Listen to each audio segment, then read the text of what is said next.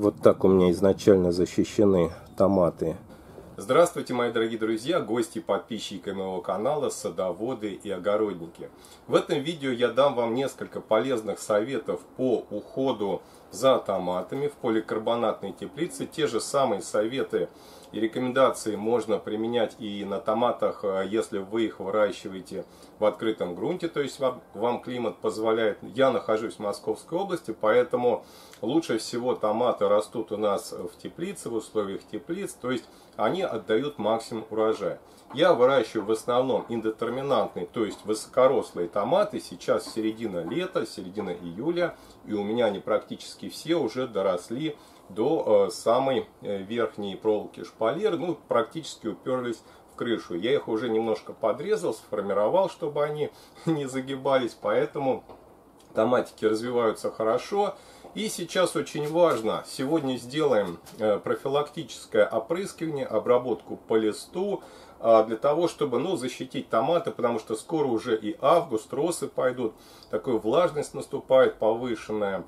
Несмотря на то, что у меня теплица всегда хорошо проветривается, то есть открыты и передние двери, задние в торцах, то есть обе двери всегда у меня открыты, даже ночью, несмотря на это, все-таки, когда идет дождь, особенно в вечернее время, возможно повышение влажности, что, конечно, может приводить к появлению каких-то там заболеваний различного вида, да. Ну, вот у меня таких уж совсем критических моментов не бывает, потому что я стараюсь заранее обработать томаты.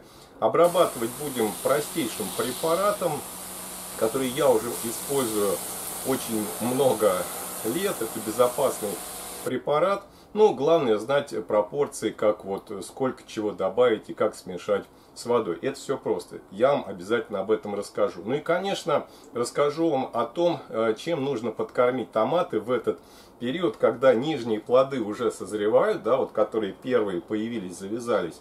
Мы уже их собираем, кушаем, а вот верхние грозди, верхние помидорки, они либо еще только завязываются, либо даже еще цветочки у меня сверху распускаются. И, в общем, то есть растение тратит сейчас очень много сил на то, чтобы прокормить нижние грозди, сформировались, чтобы они созрели.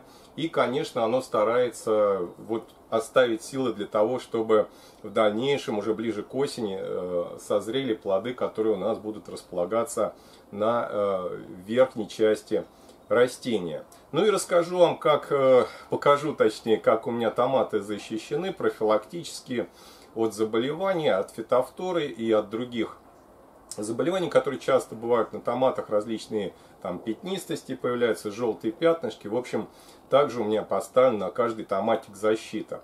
Но эти способы больше подходят для небольших теплиц, которые 3 на 6, да, такие дачные варианты. Конечно, если вы выращиваете томаты в большом количестве, то тогда, возможно, не все эти советы вам подойдут. Давайте начнем с обработки томатов по листу, а дальше я вам покажу, чем я их подкармливаю. Так как томаты у меня защищены изначально, практически после посадки рассады в грунт я ставлю защиту, но тем не менее профилактические обработки я делаю таким хорошо всем известным препаратом. Это перекись водорода 3%, но в таком большом объеме, в объеме 1 литр, я ее покупаю в магазине Светофор. Стоит это недорого, поэтому сразу можно взять такую упаковочку, даже 2 литра, и вам на весь сезон хватит. Беру 2-литровый опрыскиватель, мне такого хватает, так как у меня томатов растет в теплице немного, мне 2 литров хватает. На 2 литра воды я использую 100 мл перекиси водорода. Если вы добавите чуть больше, 150, ничего страшного. Главное, чтобы перекись водорода была свежая. Можно взять в аптеке также в меньшем объеме, да, в пузырьках, по-моему, по 100 мл продается. И также использовать при обработке томатов по листу. Обработка проводится либо в ранние утренние часы, либо в пасмурную погоду, либо в вечернее время. Главное, что не в полдень, чтобы не светило солнце, не было ожогов на листьях. Помните, что обработки по листу проводятся в такое время. Вот так у меня изначально защищены томаты буквально сразу после посадки рассады. Смотрите, поближе вам показываю. Это медная проволочка, обернута один раз вокруг стебля. Смотрите, вот один раз сделан оборот. Медная проволочка диаметром примерно около 1,5-2 сантиметра, может быть. И вот смотрите, она длиной, общая длина у нее примерно 20 сантиметров. И один кончик проволоки погружен в землю, примерно на глубину 5 сантиметров в корневую зону. А вот это колечко, оно защищает растение вот в нижней части, чтобы фитофтора не прошла снизу по стеблю. Растение себя очень хорошо чувствует. Ну а теперь вам расскажу, чем я подкармливаю томаты вот в период, когда они созревают. Нижние грозди, как я вам говорил ранее, да, в начале видеоролика, а верхние только еще цветут.